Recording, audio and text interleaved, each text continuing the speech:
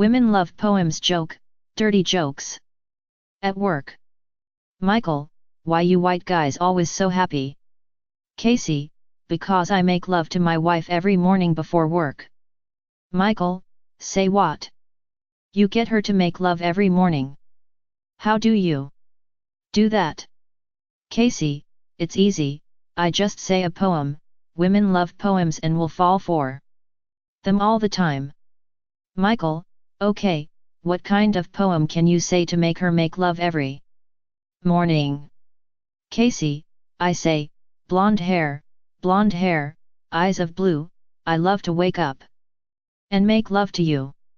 Michael, she falls for that. Casey, yes, you should try it. Next day Tyrone comes in with black eye, fat lip and a tooth missing. Casey, what happened to you? Michael, well, I said a poem to my wife and she didn't like it. Casey, she didn't like it. What did you say? Michael, nappy head, eyes like a frog, if I could roll your fat ass over I would do you like a dog.